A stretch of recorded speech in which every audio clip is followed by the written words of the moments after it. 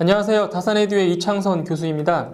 이번 시간에는 연소의 3요소 중에 하나인 산소에 대해서 강의를 하도록 하겠습니다.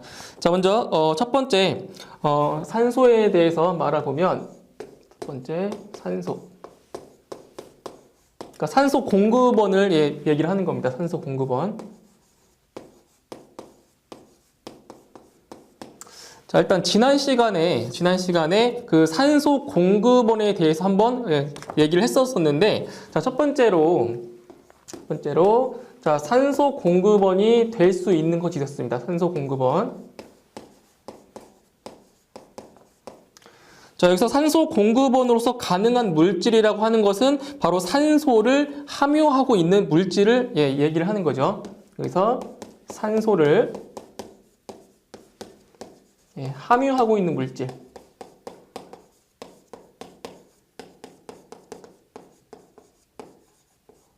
물질이다 라고 했습니다. 자, 지난 시간에 했지만 다시 한번 복습 차원에서 한번 다시 말씀을 드리면, 자, 가장 기본적으로 산소 공급원에는 가장 기본적으로는 뭐 산소가 있을 수 있고, 그 다음에 뭐 공기, 자, 이러한 것들이 있는데, 그 중에서도 이제 위험물이라는 것들도 산소 공급원의 역할을 한다라고 했습니다. 위험물 같은 경우. 지금 이런 경우에 자, 어떠한 위험물들이 있었냐면 바로 제1류 위험물. 자, 제1류 위험물 같은 경우는 바로 산화성 고체라고 했습니다. 산화성 고체. 그죠? 자, 산화성 고체이기 때문에 산소 공급원의 역할을 해주는 것이고, 그 다음에 제5류 위험물.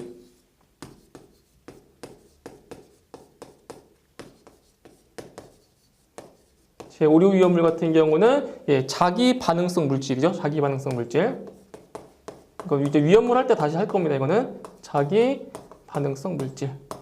그러니까 자기 반응성 물질 같은 경우는 그 물질 자체 내에 산소가 함유되어 있기 때문에 혼자, 뭐 점화원 없이 혼자 발화할 수 있는 것이 바로 자기 반응성 물질입니다. 그 다음에 세 번째로는 제6류 위험물이 있죠. 제6류. 자, 제6류 위험물 같은 경우는 바로 산화성 액체죠. 산화성 액체.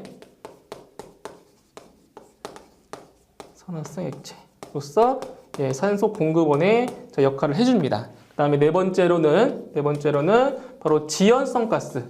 즉, 지연성 가스라고 하는 것은 이제 조연성이라고도 하는데, 이 지연성 가스라는 것은 무엇이냐면, 자기 자신은 연소하지 않지만 연소를 도와주는 물질을 갖다가 뭐 지연성 가스 아니면 지연성 물질 이렇게 얘기를 하는 겁니다. 뭐 대표적인 것으로는 뭐 산소가 있을 수도 있고, 그다음에 불소, 그다음에 염소, 그리고 오존 이러한 것들이 지연성 가스에 해당이 됩니다. 그리고 다섯 번째로는 자, 공기. 그렇죠? 공기 중에서도 압축 공기가 산소 공급원의 역할을 해주는 겁니다. 이렇게 이 정도 알고 계시면 될 것 같습니다. 자, 그 다음에 두 번째로는 이제 연소 범위가 나오는데, 자, 연소 범위라는 거 하는 것은 자, 두 번째. 자, 일단 연소 범위랑 같은 표현. 자, 같은 표현들이 나오는데, 연소 범위라고 하는 것은 일단 연소 한계. 연소 한계라고도 문제가 나오기 때문에 다 알고 계셔야 되겠죠. 연소 한계라는 말도 있고, 그리고 뭐 폭발 범위, 그다음에 폭발 한계, 다 똑같은 표현입니다. 폭발 한계. 자, 문제에 어떠한 용어가 나와도 다 같은 말이기 때문에 혼동하시면 안 되겠죠. 연소 범위, 연소 한계, 폭발 범위, 폭발 한계 다 같은 표현입니다. 이거. 자, 그럼 여기서 연소 범위라는 것이 무엇이냐면 바로 가연성 증기와 공기가 혼합해서 점화원을 주면 연소가 되게 되는데, 그 연소가 이루어지기 위해서는 그 가연성 증기와 공기의 혼합 비율, 그 기체의 비율이 어느 정도의 농도 범위에 들어가 있을 때만 바로 연소가 되는 범위, 그 범위를 갖다가 이제 연소 범위라고 해주는 겁니다. 농도 범위. 그래서 연소 범위라고 하는 것은 가연성 가스, 뭐 가연성 증기와 자, 공기의 기체 비율이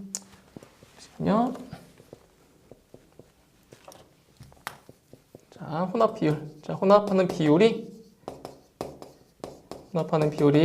자, 어느 농도 범위에 자, 들어가야 자, 연소가 이루어지는데 그때의 그 농도의 범위를 갖다가 연소 범위라고 해주는 겁니다. 자, 예를 들어서 그 밑에 표를 보시면 아세틸렌 같은 경우는 바로 농도의 범위가 2.1에서 얼마냐면 81까지입니다. 2.5인가요? 네, 2.5에서 자, 81까지. 자, 이게 무슨 말이냐면 공기 중에 아세틸렌의 농도가 2.5에서 81까지 이 범위에 있을 때만 바로 아세틸렌이 연소가 된다라는 그러한 의미가 되는 겁니다. 연소 범위라고 하는 것은.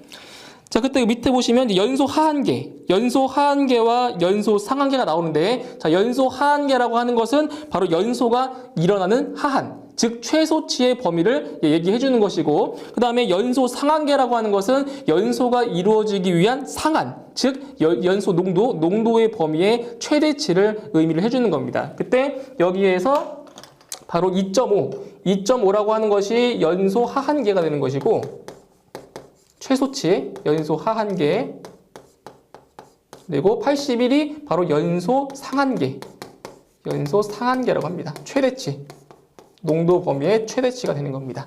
그리고 81에서 2.5에서 81까지가 바로 농도 범위가 되는 거죠. 농도 범위의 연소 범위가 되는 것입니다. 자, 그때 이제 밑에 표를 보시면 이제 여러 가지 가스에 해당하는 하한계와 자, 상한계가 몇 개 나와 있는데, 이것을 다 암기를 해 주시면 좋겠지만 이게 다 암기가 안 될 경우에는 시험에 자주 출제되는 것이 있습니다. 자주 출제되는 것이 바로 자, 아세틸렌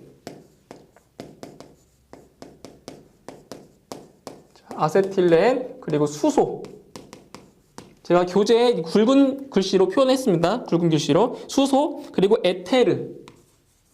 자주 출제되는 것이기 때문에 지금 제가 적어드리는 것만큼은 확실하게 암기를 해두셔야 됩니다. 에테르, 그 다음에 에틸렌과 그 다음에 메탄, 그리고 프로판, 그리고 부탄. 자, 이 정도는 암기를 다 해주셔야 됩니다. 범위를. 자, 그리고 이 중에서 가장 중요한 것이 바로 아세틸렌. 자, 아세틸렌이 가장 중요한데, 이게 왜 중요하냐면 아까도 말씀드렸지만 아세틸렌의 그 연소 범위가 2.5에서 81이라고 했습니다. 즉 무슨 말이냐면 아세틸렌이 이 가연성 가스 중에서 가장 연소 범위가 넓은 가스입니다. 아세틸렌이 연소 범위가 가장 넓다라는 것. 그리고 이 수소도 그 다음 중요한 건데, 수소는 어떻게 나오냐면 수소의 연소 범위를 물어보는 문제가 자주 출제가 되었습니다. 수소 같은 경우는 4에서 75 정도 되는 것으로서 이 아세틸렌과 수소 같은 경우는 연소 범위가 상당히 넓기 때문에 이 두 가지 가스는 상당히 위험성 가스라고 알고 계시면 되겠습니다. 상당히 위험한 가스가 되겠죠. 연소 범위가 다른 그 가스보다 넓기 때문에 위험한 가스라고 얘기를 할 수가 있습니다. 자, 이 정도 암기를 다 해주시면 좋을 것 같습니다. 자, 그 다음 보시면 이제 폭발 한계와 자, 위험성에 대해서 나왔는데, 자, 첫 번째 보시면 자, 폭발 한계와 위험성. 자, 이쪽에 볼까요? 세 번째.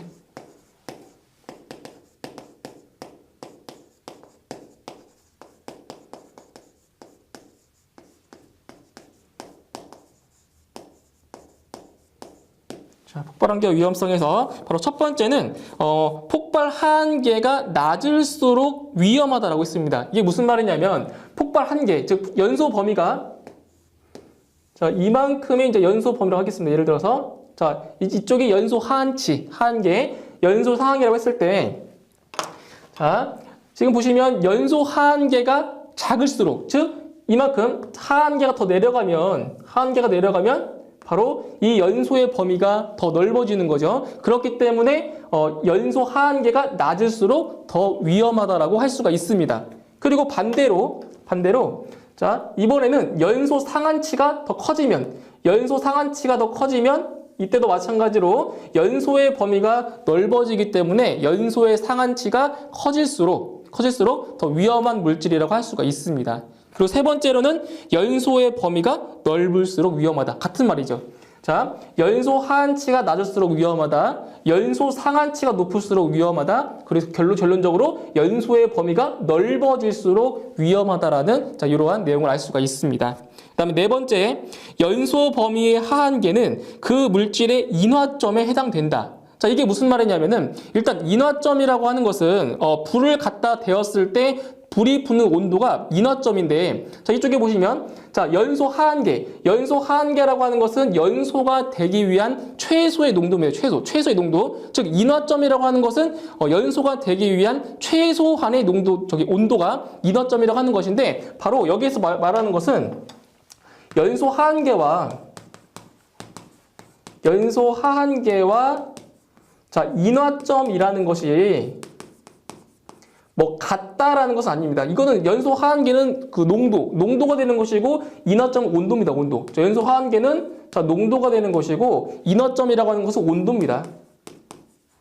자, 농도와 온도가 같을 수는 없죠. 자, 이게 무슨 말이냐면 연소 하한계와 인화점은 같은 맥락으로 보시는 겁니다. 즉, 연소 하한계는 연소가 이루어지기 위한 최소의 농도라는 말이고, 인화점이라고 하는 것은 연소가 되기 위한 최소의 온도라는 말이지, 이게 같은 값이라는 것은 아닙니다. 아시겠죠? 연소 하한계와 인화점은 같은 맥락으로 보시라는 그러한 표현입니다.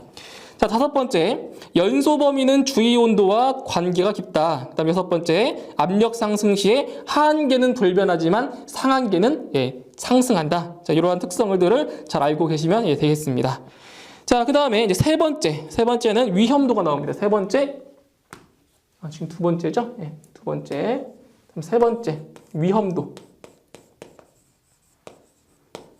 자, 이 위험도도 이제 계산 문제로 이제 자주 출제가 되는데, 자, 위험도 H. 자, 위험도 H는 번호가 잠시만요. 산소 공급원의 맞군요. 세 번째, 네 번째죠. 죄송합니다. 네 번째 위험도. 자, 위험도 H라고 하는 것은 바로 L분의 공식입니다. L분의 자, U-L. 자, 이라고 해서 자, 위험도 H라는 것은 연소의 하한계. 자, 써볼까요? 자, L은 연소의 하한계. 연소 하한계가 되는 것이고, 그 다음에 U가 바로 연소 상한계. 연소 상한계다. 즉, 좀 전에 썼던 연소 범위에서 나왔던 그 수치들을 이용해서 바로 위험도를 구해주는 겁니다. 자, 다시 말해서 위험도 H는 잘 보시면, 자, 연소 상한계 마이너스 연소 하한계. 연소 상한계에서 연소 하한계를 뺐다? 이게 바로 연소의 범위죠. 연소의 범위. 그죠? 연소의 범위. 자, 그리고 L은 연소 하한계. 그죠? 연소 하한계. 자, 이게 무슨 말이냐면, 연소의 범위가 넓을수록 위험도는 커진다. 그죠? 그러니까 분자에 있는 값이 커지기 때문에 이 전체적인 값은 커지겠죠. 그죠? 그러니까 연소 하한계가 일정하다고 했을 때, 그럼 반대로 연소 하한계는 클수록 위험도가 클까요? 아니면 연소 하한계가 작을수록 위험도가 클까요? 이건 뭐 산수입니다, 산수. 연소 하한계 같은 경우는 반대로 작아야, 그죠? 분모가 작아져야 이 전체적인 값은 커지겠죠. 그렇기 때문에 연소 하한계는 작을수록 위험도는 커집니다. 아까 말씀드렸죠. 연소 하한계가 작을수록 위험하다라고 했죠. 그 말입니다. 그래서 연소의 범위는 넓을수록, 그리고 연소의 하한계는 작을수록 위험도는 커진다 라는 것입니다. 자, 그럼 예를 들어서 이쪽에 자, 수소가스의 위험도를 한번 구해볼까요? 수소의 위험도.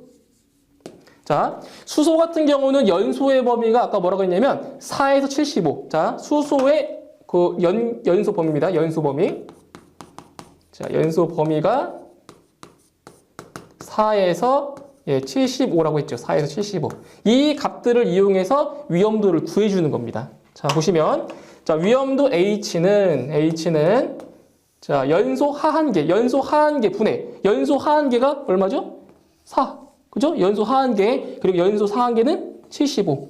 여기 4분의 연소 하한계 분의 바로 연소의 범위, 즉 연소 상한계에서 연소 하한계를 빼주는 거죠. 75 마이너스 4. 자, 이렇게 계산기로 계산을 해주시면 이 값이 17.75, 17.75라는 이러한 값이 나옵니다. 위험도라는 값이 이렇게 구해지는 겁니다. 그러니까 여기서 그 위험도라고 하는 것이 뭐 절대적인 수치는 아닙니다. 위험도라고 하는 것은 이렇게 어떠한 값이 주어졌을 때 다른 물질과 비교해서 어떤 게 더 위험하다라고 비교해주는 상대적인 수치가 되는 것이지 이게 절대적인 수치는 아닙니다. 무슨 말이냐면 위험도가 20보다 작으면 위험하지 않다. 아니면 위험도가 20보다 크면 위험하다. 이런 게 없다라는 겁니다. 위험도는 절대적인 수치가 아니라 위험도라고 하는 것은 바로 다른 물질과 비교했을 때 어느 것이 더 위험한 물질이다라고 비교해주는 상대적인 수치가 되는 것이지 절대적인 수치는 아닙니다. 아시겠죠? 그러니까 이런 식으로 계산하는 문제가 나오기 때문에 반드시 아까 말씀드렸던 연소 범위를 아셔야 이 위험도를 구하실 수가 있는 겁니다. 상당히 중요한 내용입니다.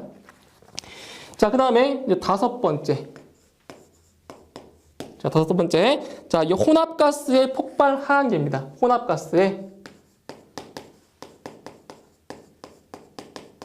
혼합가스의 폭발 하한계.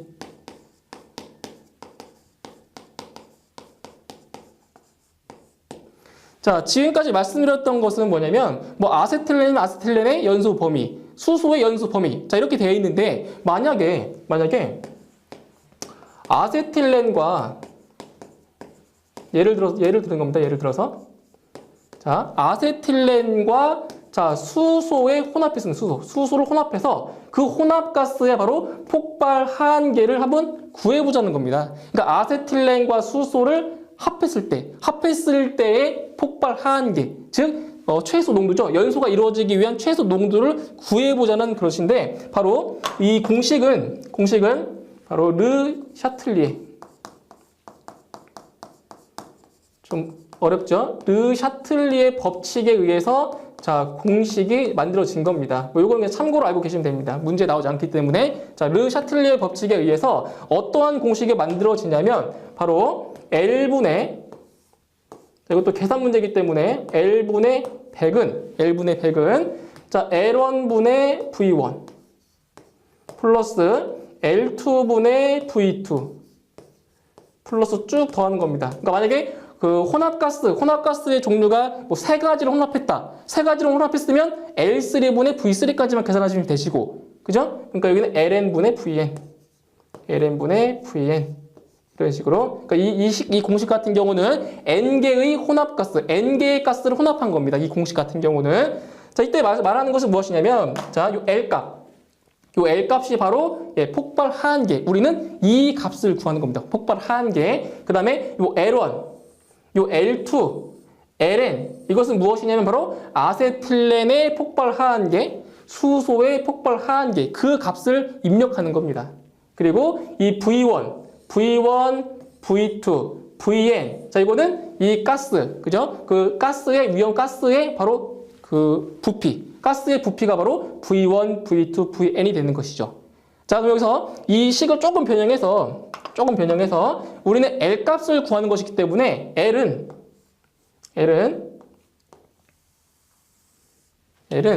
자, 이렇게 계산하시면 됩니다. 100. 자, 100을 이 전체의 값으로 나눠주면 바로 폭발 하한계가 나오게 되는 거죠. 그러니까 이 공식보다는 이 아래에 있는 공식을 조금 더 자주 보시면 돼요. 이렇게. 자, 폭발 하한계는 이 100이라는 값을 이 전체의 값으로 뭐한다? 나눠준다는 겁니다. 이런 식으로. L1분의 V1 플러스 L2분의 자, V2 플러스 이런 식으로. LN분의 VN. 이렇게 계산해 주시면 바로 혼합가스의 폭발 하한계가 구해지는 겁니다. 이거는 이따 그 출제 예상 문제에서 한번 풀어보도록 하겠습니다. 자, 그러면 이제 출제 예상 문제로 바로 가보면, 자, 1번 문제. 자, 물질의 연소 시 산소 공급원이 될 수 없는 것은, 자, 1번에 탄화칼슘, 2번에 과산화나트륨, 3번에 질산나트륨, 4번에 압축공기. 예, 답은 바로 1번이 되겠네요. 1번. 1번에 탄화칼슘 같은 경우는 제3류 위험물로서 그냥 자연 발화성 물질입니다. 아까 말씀드렸지만 산소 공급원에 쓰이는 위험물은 제1류, 그리고 제5류, 제6류 위험물만 산소 공급원의 역할을 한다라고 했죠. 그리고 2번과 3번 같은 경우는 과산화나트륨과 질산나트륨은 제1류 위험물에 해당이 되고, 그리고 압축공기는 가장 기본적인 산소 공급원이라고 했죠. 답은 1번이 되겠습니다. 탄화칼슘. 자, 다음 2번 문제. 자, 다음 가스에서 공기 중에 연소 범위가 가장 넓은 것은? 자, 연소 범위가 가장 넓은 것은 아까 뭐라고 했어요? 아까 바로 아세틸렌. 아세틸렌이 가장 넓다라고 했죠? 그죠? 그 답은 4번의 아세틸렌이 되겠네요. 메탄 같은 경우는 5에서 15까지 되고 범위가, 그 다음에 프로판은 2.1에서 9.5, 그 다음 에탄은 3에서 12.4, 그리고 아세틸렌이 바로 2.5에서 81까지 가장 연소 범위가 넓다라고 할 수 있습니다. 시험에 자주 나옵니다. 아세틸렌. 자, 다음 3번 문제. 자, 3번 문제가 바로 그 혼합가스의 폭발 하한계를 이제 구하는 문제로서 바로 직접 한번 구해 보도록 하겠습니다. 이쪽에 3번. 자, 문제가 이런 식으로 나오는 거죠. 자, 메탄이 80 볼륨 %. 자, 써볼까요?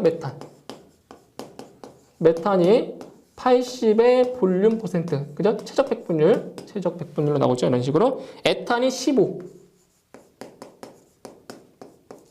볼륨 %.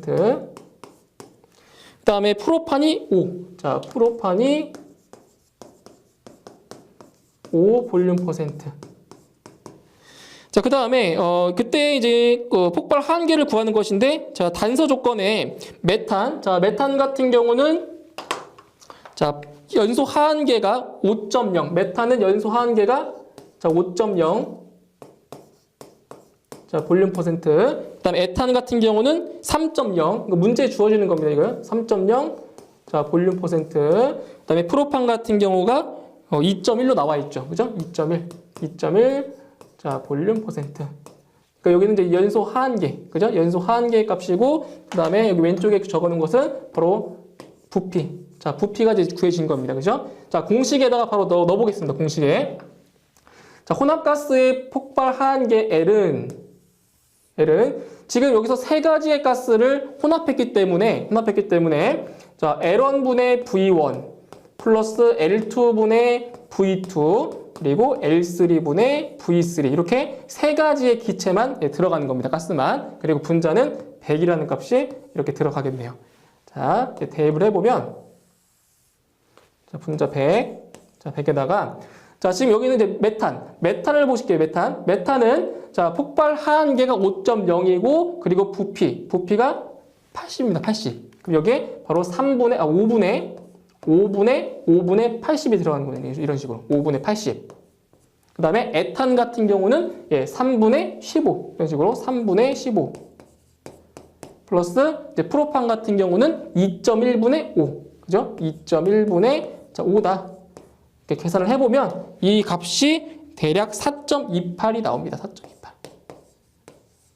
이런 식으로 해서 이 세 가지 가스의 혼합가스, 이 세 가지의 혼합가스의 폭발 하한계는 얼마다? 바로 4.28이다라는 것을 구할 수가 있는 겁니다.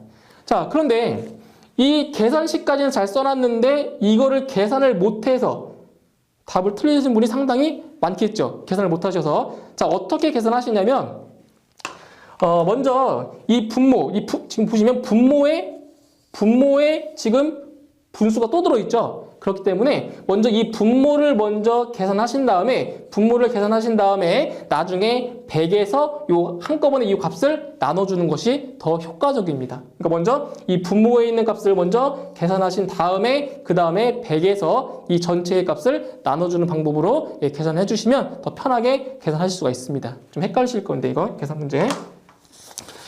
자, 그 다음에 자 4번 문제를 보시면 자, 다음 물질 중에 공기에서의 위험도 값이 가장 큰 것은? 자, 위험도. 자, 위험도를 물어봤습니다. 위험도. 자, 여기 4번 문제를 보시면 자, 위험도가 가장 큰 값을 찾는 겁니다. 가장 큰 값. 자, 일단 위험도를 구하려면 바로 연소 범위를 알고 있어야 구할 수가 있다라고 했습니다. 자, 1번은 지금 에테르. 그죠? 에테르. 자, 이런 식으로 그 에테르만 나왔지 연소 범위가 주어지진 않습니다. 그래서 에테르의 그 연소 범위가 1.9에서 48입니다. 자, 이때 바로 위험도를 구해보면, 자, 위험도 H는 바로 연소 하한계 분의 1.9분의 이 분자에 들어가는 것은 바로 연소의 범위라고 했습니다. 즉, 연소 상한계에서 연소 하한계 값을 뺀 값, 즉 48 마이너스 1.9 이렇게 계산하시는 겁니다. 간단하죠? 그래서 연소 하한계분의 연소 상한계 마이너스 연소 하한계 이런 식으로 자 계산해보면 이 값이 24.26 정도 나옵니다. 위험도가 24.26. 자, 다음 두 번째. 자, 2번은 수소. 자, 수소는 아까 구했었죠. 바로 4에서 75라고 했습니다. 연소 범위가 4에서 75. 자, 위험도 H는 자, 연소 하한계분의 연소 상한계 마이너스 연소 하한계. 아까 계산했었죠? 바로 17.75가 나왔습니다. 17.75. 자, 이것만 봤을 때 일단 에테르가 수소보다는 더 위험한 가스라는 걸 알 수가 있죠. 그죠? 예, 상대적으로 봤을 때. 자, 다음 세 번째는 에틸렌. 자, 에틸렌 같은 경우는 3.1에서 32입니다. 3.1에서 32 연소 범위가. 자, 마찬가지로 자, 위험도를 구해보면 자, 연소 하한계 3.1분의 자, 연소 상한계 마이너스 연소 하한계.